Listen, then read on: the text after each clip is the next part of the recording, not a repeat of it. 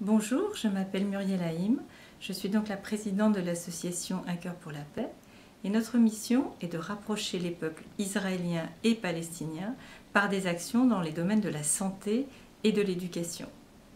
Alors à ce jour, que faisons-nous? Nous faisons opérer des enfants palestiniens qui souffrent de malformations cardiaques congénitales et très souvent mortelles en Israël par des équipes mixtes de médecins israéliens et palestiniens à l'hôpital Hadassah.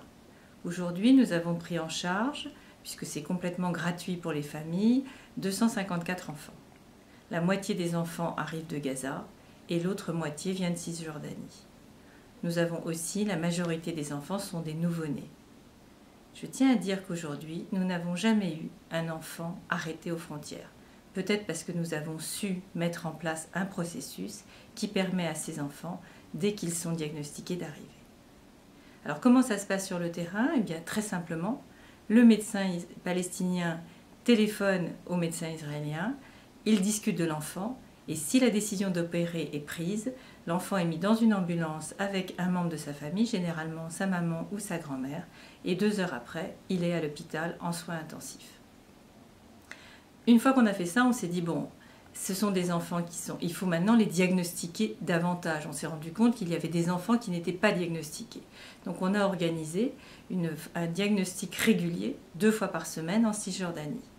Et pour ce faire, on s'est dit qu'il était important aussi de construire pour le futur, c'est-à-dire de former des médecins palestiniens à ces techniques d'opération et de diagnostic. Donc nous formons aussi 2 à 3 médecins par an qui deviennent après, c'est très très important, qui constituent la base des réseaux que nous voulons former entre médecins israéliens et palestiniens. Nous sommes en train donc de construire pour le futur, construire pour que ces enfants soient pris en charge chez eux, pour qu'ils soient suivis en post-opératoire chez eux. Dernier point, comme c'est une maladie qui a une origine génétique, c'est-à-dire des gens qui se marient entre eux, il faut savoir que à peu près un mariage sur 2 est un mariage endogamique, c'est-à-dire avec des gens très proches dans la famille. Nous avons mis sur pied une opération de conseil en génétique avec une jeune femme palestinienne, conseillère en génétique, qui explique aux familles 2 choses. 1, ce n'est pas une malédiction, ce n'est pas une punition d'avoir un enfant malade, c'est simplement un problème médical. Et 2, elle donne cette information pour que les gens essayent à terme de ne pas se marier avec des cousins ou des oncles. C'est très très important. Et si vous saviez à quel point ces femmes sont soulagées d'apprendre que ce n'est pas parce qu'elles sont mauvaises qu'elles ont un enfant, 2 enfants, 3 enfants malades, ce qui est épouvantable à apprendre, eh bien vous vous rendrez compte que c'est quelque chose de très important qui se passe sur le terrain. Finalement, ce que je voulais dire, c'est que les réseaux sont en train de fonctionner. Il y a énormément de gens qui savent coopérer sur place entre Israéliens et Palestiniens.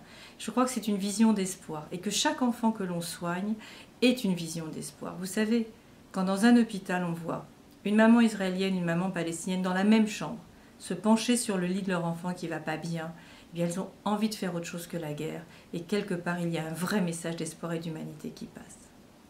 Alors si ça vous intéresse, venez nous rendre visite sur uncoeurpourlapaix.org et essayez de nous soutenir, en tout cas en faisant passer cette parole qu'il y a quelque chose à faire. Il faut soutenir les gens qui se battent pour la paix et pas seulement prendre les mauvaises nouvelles.